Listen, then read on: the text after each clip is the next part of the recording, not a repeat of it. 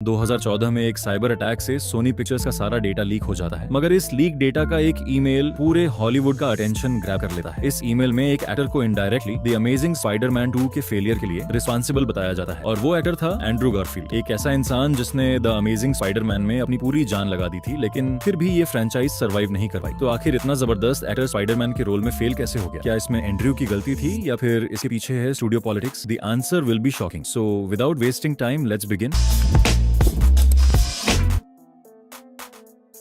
साल 2000 की शुरुआत में टोबी मैगवायर का स्पाइडरमैन काफी पॉपुलर था, लेकिन स्पाइडरमैन 3 के मिक्स रिव्यूज और डायरेक्टर सैम रेमी के साथ अच्छे रिलेशन न होने के कारण सोनी वालों को लगा कि उन्हें अब फ्रेंचाइज को रिब्यूट करना चाहिए। टोबी के स्पाइडरमैन के मुकाबले सोनी वालों ने इस स्पाइडरमैन को विटी और सार्कास्टिक बनाने का प्लान किया था। इसके लिए सोनी ने एक इंटेंस कास्टिंग प्रोसेस शुरू किया, जिसमें हॉलीवुड के काफी यंग एक्टर्स शामिल थे, जैसे जॉश हचरसन और जेमी बेल। लेकिन जब एंड्रू गारफील्ड ने स्पाइडरमैन का स्क्रीन टेस्ट दिया तो उन्होंने विटी और सार्कास्टिक डायलॉग्स के साथ एक परफेक्ट आउटफिट दिया जो सोनी पिक्चर्स की नीड्स को फुलफिल कर रहा था। और जब 2012 में द अमेजिंग स्पाइडरमैन रिलीज हुई तो एंड्रू गारफील्ड को स्पाइडरमैन के नए रोल के लिए काफी प्रेस मिला। जहां एक तरफ एंड्रू के विटी पोर्ट्रेयल ने स्पाइडरमैन को काफी एनर्जेटिक बना दिया, वहीं दूसरी तरफ पीटर पार्कर और ग्वेन स्टेसी, एमा स्टोन की केमिस्ट्री ने ऑडियंस का दिल जीत लिया था। लेकिन काफी फैंस को द अमेजिंग स्पाइडरमैन का टोन इतना पसंद नहीं आया जितना कि टोबी मैगवायर वाले वर्जन का था। द अमेजिंग स्पाइडरमैन की सक्सेस के बाद इसका सीक्वल द अमेजिंग स्पाइडरमैन 2 बनाने का डिसीजन लिया गया, मगर 2014 में जब ये मूवी रिलीज हुई तो सोनी स्टूडियो की वो कॉर्पोरेट पॉलिटिक्स सामने आई जिसने एंड्रू गारफील्ड के करियर को दांव पर लगा दिया। द अमेजिंग स्पाइडरमैन 2 सोनी के लिए काफी बड़ा प्रोजेक्ट था, मगर इस बार सोनी वाले फ्यूचर प्लानिंग में इतना डूब गए थे कि प्रेजेंट के द अमेजिंग स्पाइडरमैन 2 पर से उनका फोकस कंप्लीटली डाइवर्ट हो गया। ऐसा नहीं है कि किसी ने इस चीज को नोटिस नहीं किया, मूवी के डायरेक्टर और एंड्रू गारफील्ड को ये एहसास पहले ही हो गया था, लेकिन वो सिर्फ एम्प्लॉइज थे जिनकी आवाज कभी सोनी वालों ने सुनी ही नहीं। धीरे धीरे सोनी वालों का इंटरफेरेंस इतना बढ़ गया कि वो एंड्रू के काम में इंटरफेयर करने लगे। द अमेजिंग स्पाइडरमैन 2 एंड्रू के लिए काफी बड़ी रिस्पॉन्सिबिलिटी थी, क्योंकि उनके ऊपर टोबी मैगवायर से बेहतर परफॉर्म करने का प्रेशर था। मगर जब तुम किसी आर्टिस्ट से उसकी क्रिएटिविटी ही छीन लोगे तो उसके पास बचेगा क्या? और जब स्पाइडरमैन 2 रिलीज हुई तो जिस बात का एंड्रयू को डर था वही हुआ। ये मूवी बॉक्स ऑफिस पर काफी गंदे तरीके से पिट गई। इस मूवी की सबसे बड़ी प्रॉब्लम थी ओवर क्राउडेड प्लॉट। फिल्म में काफी सारे कैरेक्टर्स को इंक्लूड करने की कोशिश की गई, जिससे मूवी ओवर स्टफ लगने लगी। वीक विलन डेवलपमेंट एक स्पाइडरमैन फिल्म में सबसे जरूरी चीज होती है, विलन्स का कैरेक्टर डेवलपमेंट, मगर इस मूवी में हर एक विलन इनकंसिस्टेंट और अंडर डेवलप था। फ्रेंचाइज सेटअप मूवी का पूरा फोकस सिनिस्टर 6 को सेटअप करने पर था और स्पाइडरमैन की अपनी कहानी को इग्नोर कर दिया गया। ओवरऑल मूवी बॉक्स ऑफिस पर एक्सपेक्टेड नंबर्स अचीव नहीं कर पाई, मगर इसका सबसे बड़ा प्राइस एंड्रू गारफील्ड को पे करना पड़ा। एक गॉड लेवल परफॉर्मेंस देने के बाद भी स्टूडियो पॉलिटिक्स की वजह से मूवी का फोकस विलेंस और फ्यूचर सेटअप में लगा रहा। एक इंटरव्यू में एंड्रू ने कहा था, मैंने स्पाइडरमैन का रोल लिया था स्टोरी को सर्व करने के लिए, लेकिन जब कॉर्पोरेट डिसीजन स्टोरी को डिक्टेट करने लगते हैं तो ये एक आर्टिस्ट के लिए हार्ट ब्रेकिंग मोमेंट बन जाता है। यही से स्टूडियो और एंड्रू के रिलेशन में दरार आने लगी। लेकिन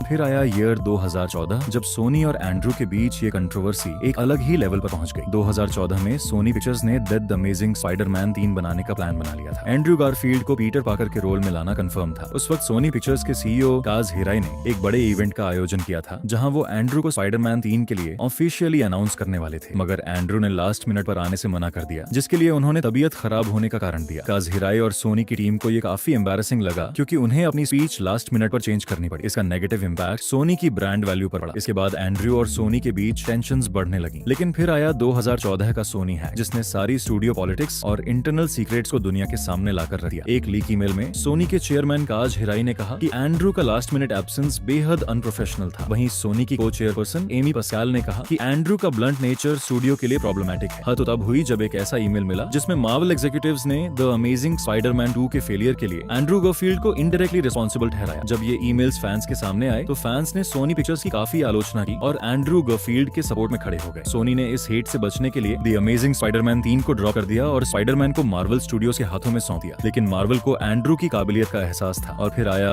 2021 जब एंड्रू 2021 में आया। गारफील्ड ने तीसरी बार स्पाइडरमैन का सूट पहना। वो हमें स्पाइडरमैन नो वे होम में टोबी मैगवायर और टॉम हॉलैंड के साथ नजर आए। एंड्रू का परफॉर्मेंस इतना दिल छू लेने वाला था कि उन्होंने अपने ऑकवर्ड येट चार्मिंग स्पाइडरमैन का मैजिक फिर से क्रिएट कर दिया। तो आखिर सवाल ये है, क्या एंड्रू गारफील्ड स्पाइडरमैन के फेलियर का कारण थे? मेरे हिसाब से बिल्कुल नहीं। ये स्टूडियो पॉलिटिक्स और कॉर्पोरेट ग्रीड थी जिसने एक टैलेंटेड एक्टर को अपना पूरा पोटेंशियल दिखाने का मौका ही नहीं दिया। तो क्या आप भी एंड्रू गारफील्ड को स्पाइडरमैन के रूप में एक बार फिर कमबैक करता हुआ देखना चाहेंगे? हमें कमेंट सेक्शन में जरूर बताइए। और अगर आपको हमारा काम पसंद आया हो तो ठोक दो वो सब्सक्राइब बटन, ताकि हम आपके लिए और भी अमेजिंग स्टोरीज ला सकें। मिलते हैं अगले वीडियो में, तब तक के लिए बाकी वीडियोस चेक करो। Bye bye.